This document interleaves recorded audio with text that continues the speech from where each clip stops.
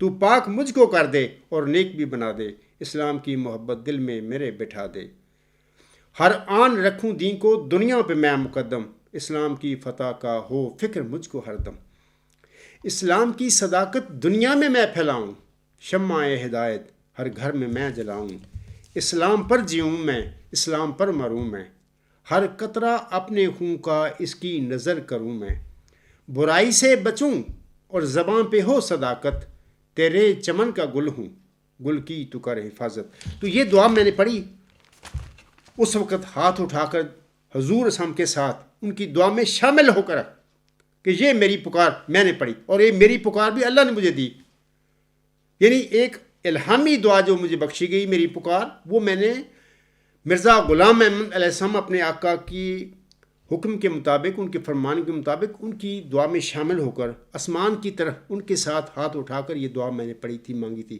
اب بتاؤ میرے احمدی بہنوں بھائیوں بزرگوں کہ کیا یہ میری مانگی ہوئی دعا یہ اللہ رد کر سکتا ہے؟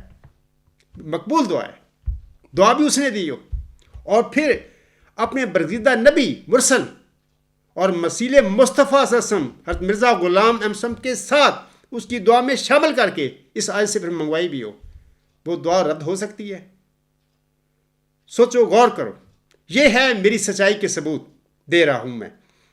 تو اس کے بعد میں بتانا چاہتا ہوں کہ حضور صلی اللہ علیہ وسلم فرماتے ہیں، مطلب کہ اگر کوئی انسان سچے دل سے اللہ کو پکارتا ہے، یا ایسی پکار جو اس کو آسمان سے ملتی ہے اللہ دیتا ہے، تو وہ انہی الفاظ میں اللہ سے دعا کرتا ہے، کیا وہ رد ہو سکتی ہے؟ ہرگز نہیں۔ حضور صاحب فرماتے ہیں، میں ایک دو شعر پڑھ دیتا ہوں ان کے، آپ علیہ السلام فرماتے ہیں، تجھے دنیا میں ہے کس نے پکارا کہ پھر خالی گیا قسمت کا مارا، تو پھر ہے کس قدر اس کو سہارا کہ جس کا تو ہی ہے سب سے پیارا، ہوا میں تیرے فضلوں کا منادی، فسبحان الذی اخذل آدِ۔ سامعین کرام، دنیا میں مرزا صاحب فرما رہے ہیں کہ کوئی ایسا بندہ ہو ہی نہیں سکتا دنیا میں جو سچے دل سے اللہ کو پکارے، اس سے مت طلب کرے تو اللہ تعالیٰ اس کی دعا نہ سنے اور اس سے وہ محروم رہ جائے۔ ہو نہیں سکتا یہ بات، تو کہ ایسی دعا جو اللہ نے بخشی ایک انسان کو، مرزا غلام صاحب کے کسی پیروکار کو، اور پھر اس دعا کو اللہ تعالیٰ مرزا غلام صاحب کی دعا میں شامل کرا کر اسے منگواتا ہے، تو وہ کیسے دعا وہ رد ہو سکتی ہے؟ تو یہ اسی دعا کا ہی میں نظارہ تمہیں دکھا رہا ہوں، اور جماعت احمدیہ دیکھ رہی ہے اس دعا کا۔ اور یہ سب باتیں جب میں نے خواب دیکھے تھے، یہ الہامی دعا ہی مجھے مل گئی، مجھے کوئی نہیں پتا تھا ان باتوں کا، میں تو ایک اسٹوڈنٹ تھا، اپنا علمی سفر جاری رکھا، اور 6 سال کے بعد اللہ تعالیٰ نے سجدہ سے اٹھنے کے بعد دارالحمل میں، لاہور میں نیو مسجد ٹاؤن میں وہ جماعت احمدیہ کا وہ ہاسٹل ہے، سجدہ سے اٹھنے کے بعد اللہ تعالیٰ نے پھر یہ ساری حقائق مجھ پر کھولے، اس خواب کی تعبیر ظاہر فرمائی۔ جب میں نے بار بار پوچھا کہ اللہ میرے ساتھ کیا ہو گیا ہے، یہ سجدے میں کیا ہو گیا ہے، روحانی ایک واقعہ ہوا سجدے میں، یعنی روح القدس میرے شامل حال ہو گیا، اور بے انتہا علم سجدے میں مجھے مل گیا۔ تو میں بڑا حیران پریشان، میں نے کیا بار بار دعائیں کرنی شروع کر دی، اللہ مجھے بتائیے کیا ہو گیا میرے ساتھ۔ اللہ نے مجھے اس وقت بتایا تھا، میں دارالحمل میں ہی تھا، کہ اے عبدالغفار یاد کر وہ خواب جو تو نے دیکھی تھی اور میں نے تجھے دکھائی تھی، تو نے مرزا غلام احمد کے ساتھ مل کر اس کے ساتھ ہاتھ اٹھا کر ایک دعا کی تھی، وہ دعا بھی میں نے تجھے دی تھی، کی تھی؟ میں نے کہا ہاں اے اللہ میں نے کی تھی۔ اللہ نے فرمایا یہ اسی دعا کی قبولیت کا اور مرزا غلام صاحب کی دعا کی قبولیت کا نتیجہ ہے۔ پھر اللہ نے یہ بھی بتا دیا کہ مرزا غلام صاحب نے جو ہاتھ اٹھا کر دعا مانگی تھی وہ وہی دعا تھی جو چلہ ہوشیارپور میں اس نے میرے حضور مانگی تھی، اور میں نے قبول کر کے اسے بتایا تھا کہ میں تجھے ایک رحمت کا نشان دیتا ہوں، اسی کی معافی تو نے مجھ سے مانگا۔ تو یہ ساری باتیں ہیں، میں تو اپنے احمدی بہنوں بھائیوں اور بزرگوں کو کافی دفعہ سمجھا کے مطلب کہ کافی سمجھایا، لیکن میں سمجھ نہیں سمجھتا کہ کیا مسئلہ ہے تمہارا، تمہیں کیا کر دیا گیا ہے، تم تو نارمل لوگ نہیں ہو، ایک انسان ہو جس کے آگے ہر قسم کی دلیل ایک بندہ ایک پیشگوئی کا مصداق اللہ دنیا میں ظاہر کرے، اسے وہ بتائے دلائل کے ساتھ ہر طریقے سے لاجواب کر دے۔ تمہارے جو نام نہادر سارے لیڈر بنے پھرتے ہیں وہ بھاگتے پھر رہے ہیں میرے آگے، اس کے باوجود احمدی بہنوں بھائیوں بزرگوں تم پر کوئی اثر نہیں ہو رہا، کیا یار یہ قیامت کتنے یہ تمہارے کام آئیں گے؟ ہرگز نہیں. اپنی فکر کرو ایمان کا، اپنی عقیدے کا فکر کرو، اپنی آخرت کا فکر کرو. تو اس کے بعد سامعین کرام میں بتانا چاہتا ہوں کہ یہ جو پیشگوئی ابھی میں نے پڑھی ہے کچھ الفاظ اور بھی باتیں ہیں اس الہامی پیشگوئی مسلم موعود میں یا ذکی غلام مسیح الزمان میں. اس میں مثلا اللہ تعالیٰ فرماتا ہے ہم اس میں اپنی روح ڈالیں گے. تو یہ بات بتا رہی ہے کہ وہ شخص جو ہوگا ذکی غلام وہ صاحب وحی اور الہام ہوگا، یعنی اللہ تعالیٰ اس پر روح القدس نازل کرے گا. تو کیسوں سے نہیں وہ دعوے کرے گا، جس طرح مرزا بشیر الدین محمود تماشے کرتا رہا ہے. لمبی کہانی ہے، میں بار بار بتا چکا ہوں کہ یہ ذکی غلام کے ساتھ اللہ کا تعلق ہوگا. اللہ اس کو معمور فرمائے گا، اس کو الہام کرے گا، بتائے گا کہ اے عبدالغفار، وہ نشان رحمت جس کی خبر میں نے محمدی مریمت مرزا غلام احمد کو دی تھی چلہ ہوشیارپور میں، وہ ذکی غلام وہ تو ہے، مجھے بتایا اللہ نے. اور میں اکثر حلفاً کہتا ہوں یہ باتیں کہ سجدے سے جانے والا عبدالغفار تھا جب میں اٹھا تھا. خدا کی قسم کھا کر کہتا ہوں میں اس وقت مئو ذکی غلام مسیح اللہ نے مجھے بنا دیا، سجدے میں بنا دیا، میں اس وقت وہ اٹھا تھا. تو فکر کرو. اور آگے اللہ فرماتا ہے اسی اپنے الہامی الفاظ میں، اور خدا کا سایہ اس کے سر پر ہوگا، وہ جلد جلد بڑھے گا اور اسیروں کی رستگاری کا موجب ہوگا. سامعین کرام، الہامی پیشگوئی کے یہ الفاظ بھی ہمیں بتاتی ہیں یا ان الفاظ سے ہمیں پتہ ملتا ہے کہ وہ ذکی غلام حضرت محمد مصطفیٰ صلی اللہ علیہ وسلم کی طرح بچپن میں ہی یتیم ہو جائے گا. یہ سب میں بتاتا ہوں، ثبوت اس کا دیتا ہوں. مثلا سورۃ ضحیٰ کی آیت نمبر 7 میں اللہ تعالیٰ نبی پاک صلی اللہ علیہ وسلم کے متعلق فرماتا ہے الم یجد کا یتیمن فآوا، کیا اس نے یعنی کیا اللہ تعالیٰ نے تجھے یتیم پا کر اپنے زیر سایہ جگہ نہیں دی. یہ مرزا بشیر الدین محمود احمد کا ترجمہ جو ہے میں پڑھ کر سنا رہا ہوں، آپ لوگوں کو پڑھیں وہاں پہ دیکھیں. تو وہ الہامی پیشگوئی ذکی غلام مسیح الزمان میں اللہ تعالیٰ اس ذکی غلام کے متعلق فرماتا ہے، اس نشان رحمت کے متعلق فرماتا ہے اور خدا کا سایہ اس کے سر پر ہوگا، وہ جلد جلد بڑھے گا اور اسیروں کی رستگاری کا موجب ہوگا. تو خاکسار کی جو زندگی ہے اس کے متعلق میں آپ کو بتانا چاہتا ہوں کہ خاکسار کا ایک مضمون ہے، مضمون نمبر 46 اس کا عنوان ہے چند سوالات اور ان کے جوابات. 2009 میں انگلستان میں سے کسی احمدی نے مجھ پر کچھ سوال لکھ کر بھیجے تھے کہ آپ ان کے متعلق مجھے جواب دیں. تو میں سب سامعین کو کہوں گا بطور خاص احمدیوں کو اور باقی مسلمان بھی وہ میرا مضمون الغلام.com پر پڑھیں جس کا عنوان ہے چند سوالات اور ان کے جوابات. تو میں نے پھر تفصیل سے اس نے کہا تھا کہ دعویٰ سے پہلے کے حالات مجھے بتائیں. تو میں نے پھر ظاہر ہے کہ اس کے پوچھنے پر میں نے بتایا 2009 کا میں مضمون لکھا ہوا ہے. تو ضمنی سی بات بتا دیتا ہوں، وہاں پر میری پہلی زندگی آپ پڑھو دیکھو. اور خاکسار کا جو والد محترم چودھری شیر محمد جمبا صاحب تھے، بہت نیک اور دعا گو انسان تھے. وہاں پہ پڑھیں، وہ آرٹیکل پڑھیں. اور میرے دونوں بڑے بھائی تو اب فوت ہو چکے ہیں، لیکن اگر کوئی داور میں جائیں وہاں پر میرے کوئی رشتے دار ہوں لیکن نیک لوگ ہوں، تقوی والے لوگ ہوں، ان سے پوچھیں جنہوں نے کسی نے میرے والد کو دیکھا ہوا ہوگا. کیونکہ میں جب 6 مہینے کا تھا جب میرے والد صاحب فوت ہو گئے. اب میری عمر بھی 67 سال ہے، ہو چکا ہوں میں، تو پتہ نہیں کوئی زندہ ہوگا کہ نہیں ہوگا. لیکن میں نے غیر جو لوگ تھے ان کے منہوں سے میں اپنے والد کے متعلق ان کی تعریف سنی ہے. وہ غیر احمدی لوگ تھے، میرے والد کے ساتھ ان کا اٹھنا بیٹھنا تھا. وہ آرٹیکل پڑھیں، تفصیل نہیں میں بتا سکتا کہ وہ واقعی ایک انتہائی دعا گو اور نیک آدمی تھا. دنیا سے اس کا کوئی تعلق نہیں تھا، وہ صرف خدا کا بندہ اور دین مصطفیٰ صلی اللہ علیہ وسلم کا شدائی تھا، احمدیت کا شدائی تھا. بہرحال اس کے متعلق میں اتنی سی بات بتا دیتا ہوں کہ جب ان کی وفات کا وقت آیا تو میں اس کو 6 مہینے کا تھا. وہ 19 ستمبر 1954 کو فوت ہوئے ہیں اور میری والدہ صاحبہ 2004 کو فوت ہوئی ہیں. اور عجیب اتفاق دیکھیں کہ جب میرا والد صاحب فوت ہوئے 19 ستمبر 1954 کو، اس وقت یہ بیشتی مقبرہ نیا بن رہا تھا، یعنی قبریں نئی چل رہی تھی. عجیب اتفاق دیکھیں کہ میری والد صاحبہ 2004 میں فوت ہوئی ہیں. اور اتفاق دیکھیں خدا کے کہ بیشتی مقبرہ جو پرانا ہے وہاں پر جائیں، وہاں پر چودھری شیر محمد جمبا صاحب کی قبر ڈھونڈیں تو ایک قبر غالباً 1 یا 2 قبریں بیچ میں ساتھ ہی میری والدہ صاحبہ کی قبر آپ کو ملے گی وہاں پر. یعنی اللہ نے ان دونوں کو یعنی موت کے بعد بھی اکٹھا کر دیا. وہ آخری نیند سو رہے ہیں وہاں پہ.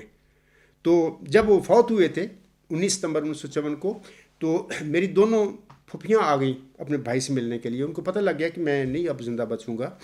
تو میری ایک چھوٹی پھوپھی جو تھی، تو جیسے بہنیں محبت کرتی ہیں، بھائیوں سے پیار کرتی ہیں، پھر پوچھتی بھی ہیں، ہر قسم کے سوال بھی کر لیتی ہیں. تو میری چھوٹی پھوپھی نے مجھے اٹھا کے، جب میں 6 مہینے کا تھا، میرے سے بڑے جو میری 2 بہنیں ہیں وہ دونوں باقاعدہ حیات ہیں، تو بڑے بھائی دونوں فوت ہو گئے ہیں، والدہ صاحب بھی فوت ہو گئی ہے. تو مجھے اٹھا کے 6 مہینے کے بچے کو وہ میرے والد صاحب کے پاس لے کے گئی. وہ بیڈ پہ مطلب کہ قریب المرگ تھے، وہ پڑے ہوئے تھے. تو اپنے بھائی سے مخاطب وہ کہتی ہے کہ بھائی یہ تو دوسرے بچے تو تیرے بڑے بڑے ہیں، تو یہ 6 مہینے کا بچہ آپ کس کے حوالے کر رہے ہو؟ تو میرے والد صاحب نے خاموشی سے صرف اس کو اتنا جواب دیا آسمان کی طرف انگلی کر کے کہ میں اس بچے کو خدا کے سپرد کرتا ہوں. اپنی موت کے قریب جب مجھے وقف کر دیا، وہ اللہ کے سپرد کر دیا. باقی اللہ نے حق ادا کر دیا میری اس کی حفاظت کا. ایسی میری حفاظت فرمائی قدم قدم پر. اور مجھے ہر قسم کی مطلب کہ ہر قسم کی جو ہوتی ہیں نفسانی چیزیں، ان سے بچایا اللہ نے اور حفاظت کی، اور ہر حال میں زندگی بھی دی اور ہر مشکل بھی حل فرما دی. تو میں سامعین کو کہتا ہوں کہ یہ چیزیں پڑھیں، وہاں پہ اس آرٹیکل کو پڑھیں، تفصیل وہاں پہ آپ کو ملے گی. تو میں اس لیکچر میں تو ساری باتیں نہیں بتا سکتا کہ اس قسم کے پھر وہ خوش نصیب بچہ ہوگا کہ جس کے نصیب میں اللہ تعالیٰ نے پھر یہ باتیں کرنی تھی، اور اس بچے نے اللہ تعالیٰ کے ہم زیر سایہ ہی پرورش پانی تھی، بڑھنا تھا، اور پھر جلد بڑھنا تھا، اور اسیروں کی رستگاری کا موج بھی ہونا تھا. انشاءاللہ بڑی جلدی میں آپ سب کو یقین دلاتا ہوں انشاءاللہ تعالیٰ تم سب بلائے قادیان کے چنگل سے بڑی جلدی اسیر ہو جاؤ گے. اور میں یہ بھی بتاتا ہوں، خدا نے بارہا مجھے بتایا ہے. آپ قرآن کریم پڑھتے ہیں، بہت زیادہ ذکر حضرت موسیٰ علیہ السلام کا ملتا ہے. تو وہ بنی اسرائیل کی رہائی کا موجب بنایا تھا اللہ نے، اس کو نبی بنایا. پھر فرعون جو ظالم تھا، اس کی چنگل سے اس کو نجات دلائی بنی اسرائیل کو. ایسے خدا نے مجھے بتایا کہ اے عبد الغفار، آخری زمانے کا جو یعقوب ہے وہ بنی اسرائیل بھی ہے، اس کی روحانی اولاد کو، اس کی اولاد بلائے قادیان وہ قابو کر کے بیٹھ گئی، پسا کے بیٹھ گئی. یعنی جماعت احمدیہ کو مرزا غلام صاحب نے بنی اسرائیل کہا ہے. جس طرح کہ پہلے یعقوب کی اولاد جو تھی وہ بنی اسرائیل تھی، اسی طرح یعقوب ثانی کی جو اولاد ہے وہ بھی جماعت احمدیہ کے لوگ ان کو ماننے والے، یہ بھی بنی اسرائیل ہے. دور آخری زمانے کا فرعون جو مرزا بشیر الدین محمود ان کا بیٹا ہے اور اس کے اولاد ہے، اس کے جانشین سارے یہ فرعونی لوگ ہیں جنہوں نے آخری زمانے کی یعقوب کی جو اولاد ہے روحانی، یعنی بنی اسرائیل، اس کو پہلے فرعون کی طرح قابو کر لیا، چنگل میں پکڑ لیے، اور نام لیتے رہے خلافت کا، نام لیتے رہے اللہ کا، اور نام لیتے رہے محمد صلی اللہ علیہ وسلم کا بھی، مرزا صاحب کا بھی، لیکن در پردہ دراصل وہ اسیر بنا لیے گئے. اے میرے احمدی بہنوں بھائیوں بزرگوں، تم اسیر ہو، تمہیں کوئی حق ہی نہیں دیا انہوں نے، کوئی آزادی کا حق، کوئی ضمیر کا حق، کچھ بھی نہیں. تم کا مردہ ہو تم. کوئی انسان جرت نہیں کر سکتا کہ وہ اپنی کھڑا ہو کے اپنی بات کرے. ان کے نام نہاد جو خلیفے بنے بیٹھے ہیں، خلیفے ہیں اسی، وہ کوئی خلیفہ شریفہ نہیں ہے، سب فریبکار جھوٹے لوگ ہیں. ان کے آگے بات کر کے دیکھو، فوراً تم پر اخراج مقاطعہ کی تلواریں چلا دیں گے. مجھ پر خود انہوں نے چلائی ہوئی ہیں، چلاتے رہیں، کوئی ایسی بات نہیں. فیصلے اللہ کے ہاتھ میں ہیں. خدا نے مجھے بتایا کہ اے عبد الغفار، جس طرح پہلے موسیٰ نے بنی اسرائیل کو فرعون کے چنگل سے نجات دلائی تھی، آخری زمانے کی یعقوب کی جو روحانی اولاد ہے، بنی اسرائیل ہے، میں تجھے اس کا بیٹا جو فرعون تھا اور اس کی اولاد جو فرعون ہے ان کے چنگل سے، بس اس بنی اسرائیل کو کی رستگاری کا موجب تجھے بناؤں گا میں. اور جس طرح موسیٰ علیہ السلام زندہ لکھا جا رہا ہے دنیا میں، اس طرح قیامت تک تجھے بھی یاد رکھا جائے گا، اور تیرے پر بھی لوگ درود اور سلامتی بھیجیں گے. اور میں آپ کو بتا دیتا ہوں کہ وہ جو دعائیں میں نے پڑھی تھی سجدہ میں، ان میں سے ایک دعا یہ تھی کہ اے ازلی و ابدی خدا، مجھے زندگی کا شربت پلا. اللہ نے مجھے بتایا کہ یہ زندگی کا شربت ہے، مجھے تجھے پلا، ہمیشہ ہمیشہ کے لیے تجھے زندگی بخشی ہے، یہ میں پلا رہا ہوں. اور وہ ہے ایک تو ورچو از گاڈ، یہ اعلیٰ انتہائی ہماگی نظریہ انشاءاللہ ہمیشہ ہمیشہ لیے دنیا علم و حکمت میں یاد رکھا جائے گا، اور فلسفہ کی سمت بدل جائے گی اب. اور یہ بھی سن لیں کہ اللہ تعالیٰ نے مجھے بتایا ہے کہ اے عبدالغفار تو مذہبی دنیا کے ہی مسلم موعود نہیں ہے. میں نے پہلے بھی کسی خطبہ میں بتایا ہوا ہے کہ اللہ نے اس آیت کو صرف مذہبی دنیا کا مسلم موعود نہیں بنایا بلکہ دنیا علم و حکمت کا بھی مسلم موعود اللہ نے بنا دیا. یہ جو باتیں میں بتا رہا ہوں کہ سقراط کا نیکی کا جو تصور ہے آج تک دنیا اس کے پیچھے ٹکرے مارتی پھر رہی ہے.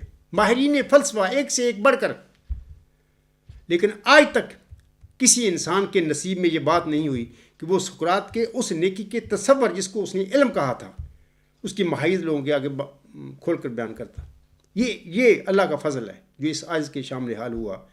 یہ فضل اسی نشان رحمت کے لیے مخصوص تھا، اسی ذکی غلام کے لیے مخصوص تھا جس کے لیے محمدی مریمت مرزا غلام صاحب نے چلہ ہوشیارپور میں گریہ و زاری کے ساتھ دعائیں کی تھی کہ اللہ مجھے نشان بخش دے.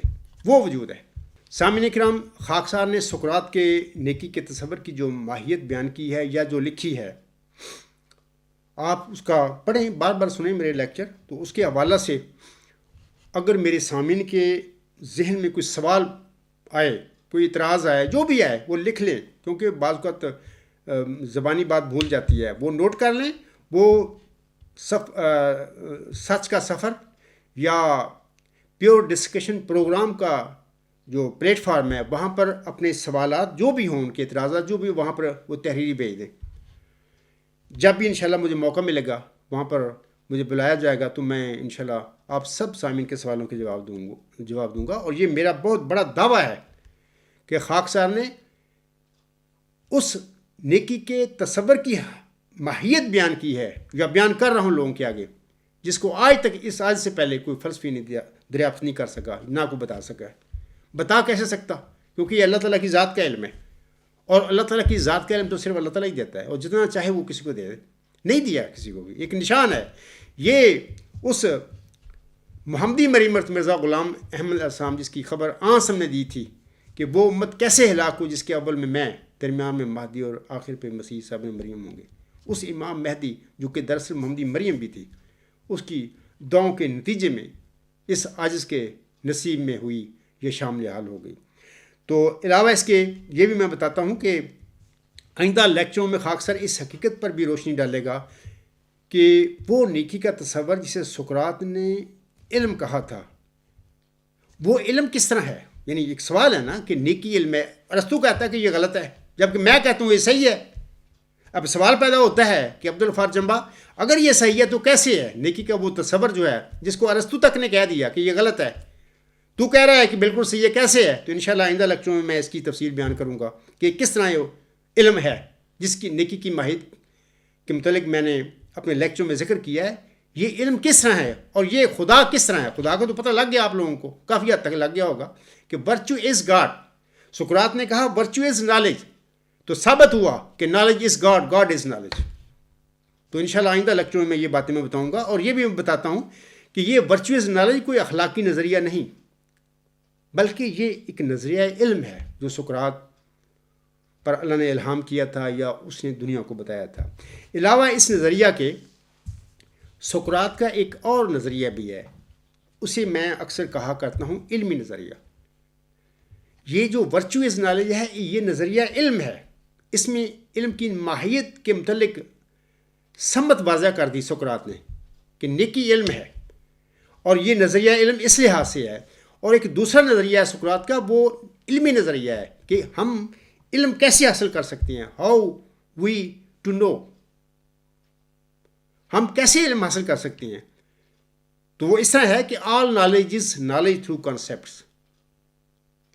تو یہ سب جو علم ہے وہ تصورات کے ذریعے ملتا ہے. تو یہ ساری تفصیل ان شاء اللہ تعالیٰ جب مجھے موقع ملے گا تو میں آئندہ لیکچروں میں اس کے بعد پر روشنی ڈالوں گا کہ کس طرح سقراط کا یہ ورچوئز نالج ایک اخلاقی نظریہ نہیں بلکہ یہ نظریہ علم تھا، کس طرح تھا. اور دوسرا جو علمی نظریہ ہے سقراط اس کے متعلق میں بتاؤں گا. یہ ساری باتیں انشاءاللہ آئندہ جب مجھے موقع ملے گا میں لیکچر میں بتاؤں گا. فی الوقت میں لوگوں کے سوالات کا انتظار کروں گا انشاءاللہ تعالیٰ. کچھ میں اپنے کام بھی کر رہا ہوں، اس کو میں تحریری طور پر جو میں ریوائز کیا ہے اس کو میں چاہتا ہوں کوئی کتابی شکل دے دوں اس کا. تو اس مصروفیت میں انشاءاللہ تعالیٰ جب مجھے موقع ملے گا تو میں آئندہ ورچوئل نالج کے متعلق یا سقراط کی زندگی کے متعلق میں کچھ لیکچر دوں گا۔ سامعین کرام، مرزا طاہر صاحب نے یہ فرمایا تھا، ایک شعر ہے ان کا، یہ دعا ہی کا تھا موزہ کے عصا ساحروں کے مقابل بنا اجدا۔ یہ دعا ہی کا تھا موزہ کے عصا ساحروں کے مقابل بنا اجدا، آج بھی دیکھنا مرد حق کی دعا سحر کی ناگنوں کو نگل جائے گی۔ دنیا فلسفہ کے دو بڑے ساحر افلاطون اور ارسطو ہیں۔ میں نے گزشتہ لیکچر میں بھی بات کی تھی کہ یہ دنیا آج تک افلاطون اور ارسطو دونوں جو بہت بڑے فلسفی تھے، انہوں نے تقسیم کر دی، دنیا کو تقسیم کر دیا۔ کچھ لوگ پرو افلاطون ہو گئے، پرو پلاٹو ہو گئے، کچھ پرو ارسطوٹل ہو گئے۔ یہ دنیا فلسفے کے دو بہت بڑے ساحر ہیں، یا میں کہہ سکتا ہوں کہ ان دونوں نے آج تک دنیا کو اپنے سحر میں مبتلا کیا ہوا ہے یا اپنی گرفت میں لیا ہوا ہے۔ تو یاد رکھیں کہ آن حضرت سم کا ایک ادنا غلام اور محمدی مریم مرزا غلام سم کا یہ روحانی فرزند، یہ عاجز ذکی غلام یا غلام مسیح الزماں انشاءاللہ تعالیٰ ان سحر کی ناگنوں کو نگل جائے گا انشاءاللہ۔ یہ تو مرزا طاہر کہہ گیا، میں تو بار بار آپ لوگوں کو بتا کے تھک گیا ہوں، آپ سمجھنے کے لیے تیار نہیں۔ اصل میں مرزا طاہر ادھر ادھر بھاگتا رہا میرے آگے سے، وہ سمجھ ویسے گیا تھا، لیکن ظاہر ہے دنیا اس کے اندر تھی، دنیا دار بندہ تھا، تو اس قسم کے دنیا دار پھر ٹھوکر کھا جاتے ہیں، تو وہ پھر ہدایت پانے کی بجائے وہ خود بھی اس نے گمراہ ہوا، ٹھوکر کھائی، وہ پوری جماعتی احمدیہ کو بھی گمراہ کر کے چلا گیا۔ وہ بھی اس کے والد تو یہ جھوٹا دعویٰ کیا کہ میں اس کا مصداق ہوں، وہ جھوٹا ترین بندہ تھا۔ اور اس کے بیٹے کے آگے جب وہ ذکی غلام آ گیا جس کو اللہ نے بنانا تھا، وہ آ گیا مرزا طاہر کے آگے، تو وہ بھی ٹھوکر کھا گیا۔ کم از کم اتنی کر لیتا، ابھی میرے والد سے غلطی ہو گئی، کم از کم اس غلطی کا میں ازالہ کر دوں دنیا کے آگے، ابھی یار میرے والد سے اگر غلطی ہو گئی تھی تو میں اس کی معذرت کرتا ہوں، تو آنے والے کو اس سے دلیل مانگتا اپنے دعوے کی، میں اس کے آگے دلیل پیش کرتا، اور اگر میری دلیل سچی ہوتی اس کے آگے، اور یقیناً سچی ہے، تو یہ جو جتنی ابتلا میں اس وقت جماعتی احمدیہ پڑی ہوئی تھی، یہ ابتلا ختم ہو جاتا، اور ہو سکتا ہے کہ مرزا طاہر کو بھی اللہ معاف کر دیتا، اور اس کے اس رویے سے اس کے والد پر بھی اللہ تعالیٰ رحم کر دیتا کہ جس نے جھوٹے یہ دعوے کر کے جماعت کو برباد تباہ کیا ہے، تقسیم کیا ہے۔ تو باہر اس کا یہ شعر ہے، یہ دعا ہی کا تھا موزہ کے عصا ساحروں کے مقابل بنا اژدہا، آج بھی دیکھنا مرد حق کی دعا سحر کی ناگنوں کو نگل جائے گی۔ تو میں ایک اور ضمنی سی بات بتا دیتا ہوں کہ یہ مرزا غلام صاحب کو یہ جو ذکی غلام ملا تھا، اس کی مرکزی اور الہامی جو نشانیاں ہیں وہ ابھی میں نے آپ لوگوں کے آگے پڑھ کر سنائی ہیں۔ جماعت احمدیہ میں ایک پیشگوئی ہے مرزا غلام صاحب نے تجلیات الہیہ میں لکھی ہوئی، اس کے حوالے سے یاد رکھیں، میں نے اکثر پہلے بھی بتایا تھا، آج بھی بتا دیتا ہوں۔ وہ وعدہ، وہ الہامی پیشگوئی اس طرح ہے، مرزا غلام صاحب اپنی کتاب میں لکھے گئے، وہ فرماتے ہیں، اور میرے فرقہ کے لوگ اس قدر علم اور معرفت میں کمال حاصل کریں گے کہ اپنی سچائی کے نور اور اپنے دلائل اور نشانوں کے روح سے سب کا منہ بند کر دیں گے۔ میں یہ بتا دیتا ہوں اپنے بہنوں بھائیوں اور بزرگوں کو جو احمدی ہیں اور مسلمانوں کو بھی، اس میں مرزا غلام صاحب نے علم اور معرفت میں کمال کی بات کی ہے۔ یہ جو کمال ہے، علم و معرفت کا کمال ہے، یہ شخص جس کو اللہ اس پیشگوئی کا مصداق بنائے گا، وہ وہی چلہ ہوشیارپور میں محمدی مریم کو دیا جانے والا وہ نشان رحمت، وہ ذکی غلام ہے۔ یہ اس پیشگوئی کا مصداق وہی ہے، اور یہ کسی میتھمیٹیشین یا کسی فزسٹ یا کیمسٹ کے وجود میں یہ بات نہیں اللہ نے پوری کرنی تھی، علم و معرفت کے کمال جس کو دینا تھا اس کے وجود میں اللہ نے یہ پیشگوئی پوری کرنی تھی۔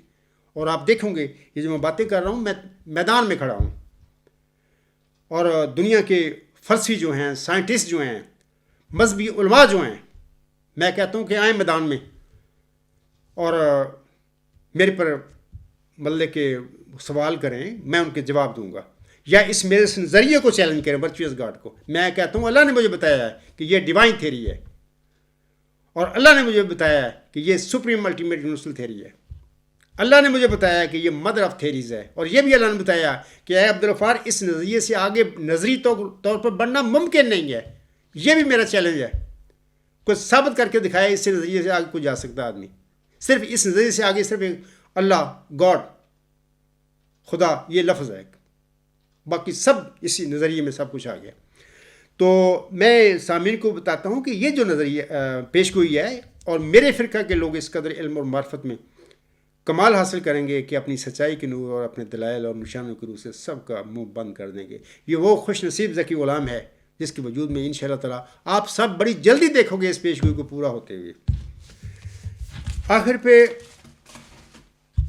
میں ایک دو علامہ اقبال کے شعر پڑھ کر میں اپنے خطبے کو ختم کرتا ہوں۔ علامہ اقبال بھی ایک ویژنری انسان تھے، وہ بھی اس کے ساتھ بھی اللہ کا فضل تھا، وہ فضل یافتہ انسان تھے، اکثر میں نے بتایا ہوا ہے۔ اس طرح مرزا غالب بھی فضل یافتہ انسان تھا۔ ان کی ذاتی کمزوریاں اپنی جگہ پر ہیں، تو کمزوریاں تو ہر انسان میں ہی ہوتی ہیں، کوئی ان کمزوریوں سے پاک تو اللہ کے نبی یا اللہ کی ذات ہی ہو سکتی ہے، نبیوں سے بھی اجتہادی غلطی ہو جاتی ہے۔ علامہ اقبال بھی ایک کمزور انسان تھا، لیکن وہ اس کا تعلق تھا خدا سے، وہ ایک ویژنری انسان تھا، وہ مستقبل کو دیکھتا تھا اپنی نظروں سے کہ کیا ہونے والا ہے۔ اسی حوالے سے یہ شعر ہیں اس کے، تو میں آپ لوگوں کو پڑھ کر سناتا ہوں۔ آخر پر اقبال صاحب کہتے ہیں کہ آنکھ جو کچھ دیکھتی ہے لب پہ آ سکتا نہیں، آنکھ جو کچھ دیکھتی ہے لب پہ آ سکتا نہیں، محو حیرت ہوں کہ دنیا کیا سے کیا ہو جائے گی انشاءاللہ تعالی۔ شب گریزاں ہوگی آخر جلوائے خورشید سے، شب گریزاں ہوگی آخر جلوائے خورشید سے، یہ چمن معمور ہوگا نغمہ توحید سے۔ سامعین کرام، یہ نغمہ توحید خاکسار کا الہی اعلیٰ انتہائی ہماگیر نظریہ یا ام النظریات ورچوئس گاڈ ہے۔ یہ وہ نغمہ توحید ہے جس کی خبر علامہ اقبال امت محمدیہ کو دے گیا ہے۔ تو انشاءاللہ تعالیٰ جلدی آپ دیکھو گے یہ نظریہ جو علامہ اقبال نے باتیں کہی ہیں وہ سچ کہی ہیں انہوں نے، ایسے ہی ہوگا۔ تو خاکسار علامہ اقبال کی اشعار پر اپنا لیکچر ختم کرتا ہے، اور میں اپنے مخالفین کو بھی کہوں گا کہ بات زبانی تو کوئی فائدہ نہیں آپ کو ملے گا۔ اگر آپ میں کچھ صداقت ہے، سچائی ہے، تقوی ہے، تو سیدھے طریقے سے اس عاجز کے مقابلے پر میدان میں نکلو، کوئی علمی بات کرو، کوئی معقول بات کرو۔ گند بک کے کسی انسان پر، مجھ سے پہلے کون نبی اور رسول دنیا میں آیا جس کے متعلق اس کی قوم نے گند نہیں بکا؟ گند بکنے کو کوئی فائدہ نہیں ہے۔ اگر آپ کے پاس دلیل ہے کوئی میرے جھٹلانے کے لیے، آپ سمجھتے ہیں، میدان میں لاؤ اس دلیل کو۔ آپ کو خیال نہیں آ رہا اس بات کا کہ ایک بندہ ہے مرزا بشیر الدین محمود احمد مرزا غلام صاحب کا بیٹا ہے، اس کی زندگی میں سینکڑوں لڑکوں اور لڑکیوں نے اس پر بدکاری کے الزام لگائے، اور حلف مقدمہ عذاب کھا کے یہ الزام لگائے اس پر، اور ساری زندگی وہ بندہ چار گواہ لے آؤ، چار گواہ بتاؤ، یہ اس کا ڈرامہ رچاتا رہا۔ تمہیں پتہ نہیں لگتا کہ بدکار آدمی تھا، اول درجے کا کوئی بدکار آدمی تھا جس کو مسلم تم بنا کے بیٹھے ہو، وہ جو بن کے بیٹھا ہوا ہے مرزا غلام صاحب کی جماعت میں۔ کو خدا کا خوف کرو، اپنی جانوں پر رحم کرو۔ میں اپنے مخالفین کو بھی کہوں گا یہ بہت بڑا ایک، اگر سمجھو سوچو تو بہت بڑا نشان ہے۔ میں مدعی ہوں موت ذکی غلامی مسیح الزماں، موت مسلح اسی پیش گوئی کا۔ میری زندگی بھی باہر گزری ہے، ڈاور میں گزری، ربا میں گزری، لاہور میں گزری، کراچی میں گزری، ادھر میں عرصہ دراز سے کیل میں رہ رہا ہوں، احمدیوں میں 17 سال تک احمدیوں کا امام الصلاۃ رہا ہوں، صدر رہا ہوں۔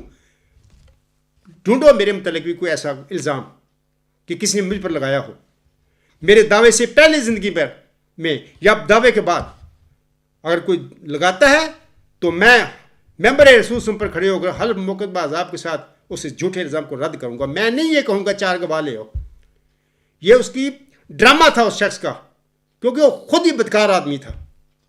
تو خیال کرو، سوچو، اپنی جان پر رحم کرو، اپنی آخرت کی فکر کرو۔ یہ 4 دن کی زندگی ہے، کوئی نہیں یہاں پر رہے گا، نہ آپ کے نام نہاد خلیفہ بلائے قادیان کے کھڑپین سے یہ نہ رہیں گے، نہ تم لوگ رہو، نہ میں رہوں گا، سب آگے اللہ کے حضور ہم حاضر ہوں گے۔